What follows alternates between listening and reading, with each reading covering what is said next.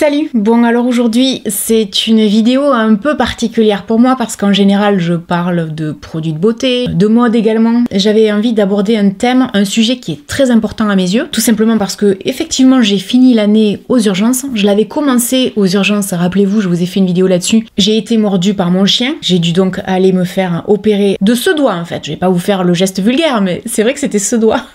Et malheureusement pour moi j'ai fini l'année aux urgences. Alors sachez que de ma vie j'étais jamais allée aux urgences. J'espère qu'en 2022 ça ira. Je vais donc vous raconter mon histoire, mais au-delà de ça, je veux aborder un sujet qui est extrêmement important parce qu'en fait on a un gros problème en France et en aucun cas, et j'insiste lourdement là-dessus et vraiment j'insisterai à plusieurs reprises dans cette vidéo, à aucun moment je ne remets en cause le travail et le dévouement des gens que j'ai croisés, que ce soit les infirmières, les médecins, la standardiste des urgences, les ambulanciers, les brancardiers, tout ce que vous voulez. Eux, c'est pas le problème. Eux, à mon avis, ils subissent les choses. Et nous aussi, on les subit en tant que patients. Et c'est ça, en fait, que je vais vous raconter. En gros, pour vous situer un peu la chose, pendant le deuxième confinement, donc ça fait maintenant un peu plus d'un an, un soir, sur les coups des 10 heures, je ressens au niveau de la poitrine comme un malaise. J'avais des sensations de picotement, j'avais une douleur ici qui était assez intense. J'avais vraiment une douleur à la poitrine, en fait, au niveau du cœur, et j'avais mal au bras. J'ai appelé ce soir-là, je m'en souviens très bien, quelqu'un qui est très proche de moi, avec qui j'ai discuté pendant au moins 1 heure. Ça m'a permis de me calmer, de m'apaiser. En fait, ma démarche d'appeler, c'était surtout pour dire, si jamais il m'arrive quelque chose, appelle en direct le SAMU et dis-leur de m'envoyer quelqu'un. Parce que peut-être que moi, je vais faire un malaise et je vais pas m'en rendre compte. Et quand je me suis rendu compte que ça allait mieux, que c'était passé, je me suis dit, bon, c'était peut-être pas si grave que ça. Mais c'est quand même resté dans un coin de ma tête parce que j'ai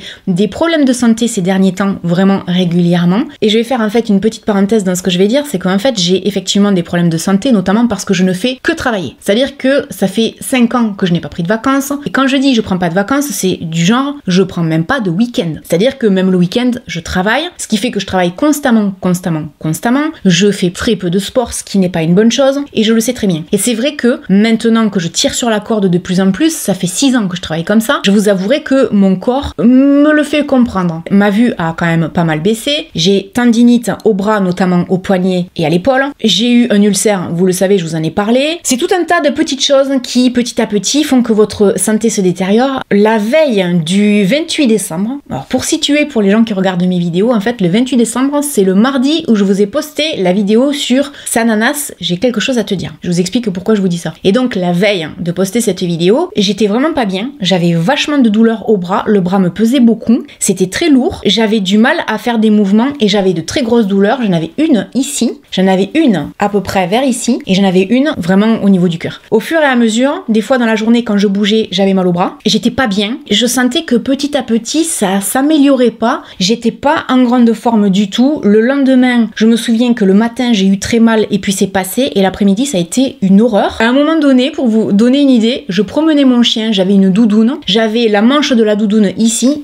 je ne l'avais pas tout simplement parce que je ne supportais pas le fait d'avoir trop d'épaisseur sur moi parce qu'il faisait froid, parce que ça me comprimait le bras, que j'avais le bras hyper lourd, comme ankylosé on va dire, et j'avais encore ces 3 douleurs à des points vraiment bien précis et qui faisaient que je me sentais vraiment pas bien. Je poste ma vidéo de Sananas donc à 17h. Je me souviens être en train de regarder les commentaires et j'avais le bras appuyé sur l'accoudoir. Et au fur et à mesure, j'avais des fourmis partout, ça m'irradiait du pouce jusque dans la nuque. Et là, à un moment donné, je me dis, je peux pas continuer comme ça parce que là vraiment je me sens pas bien et j'ai des douleurs au cœur. Faudrait pas qu'au bout d'un moment je fasse un arrêt. J'ai pas envie d'avoir de graves problèmes de santé et des séquelles. Je suis pas du tout quelqu'un qui va chez le médecin dès que ça va pas. J'ai tendance à attendre. Mais là, je trouvais que ça durait trop et que c'était pas la première fois. Je prends mon téléphone et j'appelle les urgences. Et là, évidemment, je tombe sur une dame très gentille et qui me dit, et là c'est l'un des torts que j'ai eu, est-ce que vous vous sentez d'aller chez le médecin et de prendre la voiture? Et moi je lui dis oui. Avec le recul, j'aurais dû dire non. Pourquoi? Imaginez que je fasse un malaise. Ben je crée un accident, je peux me tuer, je peux tuer d'autres personnes. C'était complètement stupide de ma part. Mais à ce moment-là, j'avoue que j'ai pas réfléchi parce que ma seule pensée était, faut absolument que je voie un médecin parce que là, ça peut pas durer comme ça. Et donc, comme je dis oui, elle me dit très bien, quittez pas, je vous garde en ligne. Je vais essayer d'appeler un médecin pour voir si on peut vous recevoir. Au bout de 4 minutes, elle reprend mon appel et elle me dit, j'ai contacté 3 médecins. Le premier ne répond pas, les 2 autres refusent de vous prendre. J'ai été stupéfaite. Je me suis dit, ok, ça commence très mal.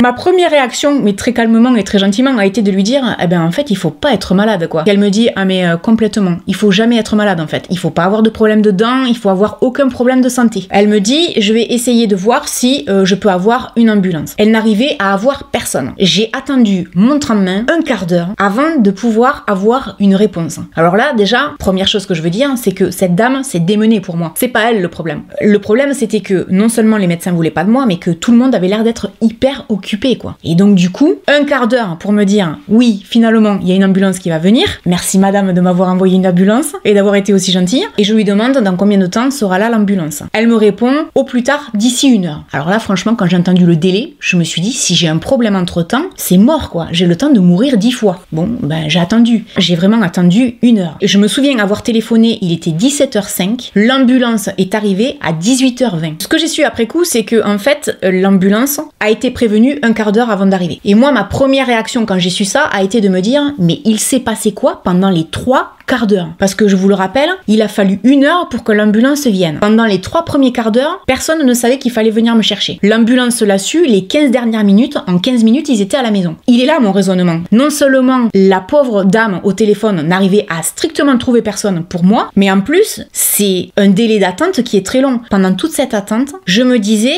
j'espère que je n'ai pas de problème cardiaque parce que malheureusement, dans ma famille, du côté maternel, mon oncle, il est décédé à l'âge de 17 ans, autant vous dire que je ne l'ai pas connu. Il a eu un infarctus du myocarde. Il était en train de jouer au rugby. Terminé. Merci. Au revoir. Et ma grand-mère est morte à l'âge de 47 ans. J'en ai 45. Et elle est morte d'un arrêt cardiaque dans la nuit. C'était terminé. Donc, il y a quand même des gros antécédents dans ma famille. Je ne savais pas si j'avais à mon tour des problèmes. J'ai un tout petit souffle au cœur. J'ai de la tension.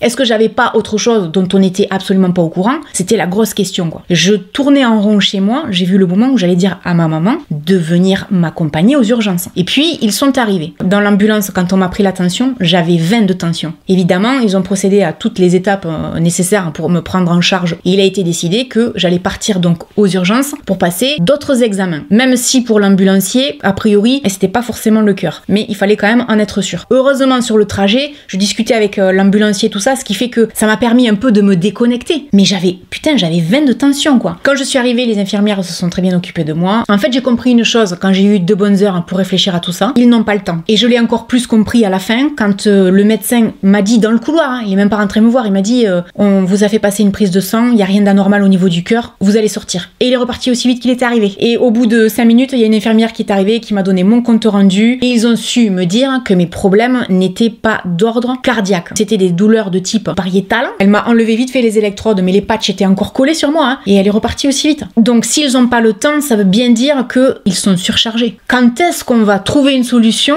pour alléger leur charge de travail, pour qu'ils puissent travailler dans de meilleures conditions et que les patients puissent être soignés également dans de meilleures conditions? Il est là le problème. Parce que si je comprends bien, ça fait des années que ça dure et je sais pas si c'est pas de pire en pire. Je ne mets absolument pas en cause le travail des urgentistes. Le problème n'est pas les gens qui bossent et qui sont déjà confrontés à tout ça, qui, à mon avis, ne sont pas forcément toujours bien considérés et qui font avec les moyens du bord. Là où moi, je m'interroge, c'est sur les délais d'attente en fait. Qu'est-ce qui se passe pour que je reste un quart d'heure à attendre au téléphone parce que la fille se démène comme elle peut à essayer d'avoir quelqu'un parce qu'elle peut avoir personne? Qu'est-ce qui se passe pendant ces 3 quarts d'heure où personne n'est au courant qu'il faut venir me chercher? Il y a de grosses failles dans le système. Les urgences, pendant que j'étais en soins, qu'on essayait de savoir ce que j'avais, je voyais les gens passer, je voyais des pompiers, je voyais tout un tas de personnes passer et je me disais c'est un truc de malade. J'admire tous les gens qui travaillent dans le médical à l'heure actuelle, mais alors là, les gens qui travaillent aux urgences, les gars, je vous tire mon chapeau. Je vous admire parce que, et ça je m'en souviendrai toute ma vie de cette histoire qui est relativement grave. Ça s'est passé dans les années 90. J'étais ado et qu'à cette époque-là, on me demandait quel métier je voulais faire quand je serais adulte. Et c'est vrai que le médical m'avait toujours attiré. Et il y avait eu une manifestation des infirmières, je sais pas si c'était en 90 ou en 91. Les forces de l'ordre y étaient allées avec des lances à eau pour les faire dégager. Moi, quand j'avais vu ça à la télé, j'étais choquée. Je pense que ça avait fait un énorme bad buzz à l'époque. On n'avait pas les réseaux sociaux. Et je me souviens que je m'étais dit, franchement, si c'est pour être infirmière et quand j'ai des revendications, on me traite comme ça, je veux pas être infirmière. Et en fait, j'ai fait cette vidéo pour ça, pour vous poser la question, qu'est-ce que vous en pensez? Est-ce que vous avez déjà été confronté à ça? On a un vrai problème. Quand est-ce que ça va changer, quoi? Parce qu'en plus, il y a le Covid qui s'est mêlé à tout ça. Quand est-ce qu'on va prendre en considération les gens qui font leur possible, qui sont crevés, à qui je tire mon chapeau, franchement. Je pense que vous devez pas rigoler tous les jours. Je sais que vous faites un travail qui est remarquable et je le pense sincèrement parce que autant pour la main que pour le bras, j'ai été hyper bien prise en charge. Et on s'est très très bien occupé de moi. Mais il y a vraiment des choses à revoir dans le système parce que ce n'est pas normal que des gens attendent 2 heures qu'une ambulance vienne les chercher, quoi. J'ai pris cette réalité de plein fouet, si vous voulez. Et c'est là que je réalise que pour moi maintenant, c'est un vrai débat. Et je pense qu'il y a plein de gens qui n'en ont pas encore conscience, comme moi, il n'y a pas si longtemps que ça, parce qu'on n'était pas confrontés à ça. Et ça, je me suis dit, il faut vraiment que j'en parle en vidéo parce que j'ai vraiment la curiosité de savoir ce que vous allez pouvoir me dire dans les commentaires, parce qu'on peut pas parler que de choses futiles sur ma chaîne. Là, vraiment, c'est un vrai sujet de fond, quoi. Voilà, j'espère que cette vidéo peut-être vous aura fait prendre conscience qu'il y a un vrai problème et c'est un vrai débat en ce qui concerne les urgences. Surtout si il vous arrive quelque chose comme moi, n'attendez pas trop, n'attendez pas même, avant de réagir. Prenez soin de vous, la santé c'est vachement important. N'hésitez pas dans les commentaires à me dire si ça vous est déjà arrivé. Et puis je vous dis à très bientôt dans une prochaine vidéo. Salut!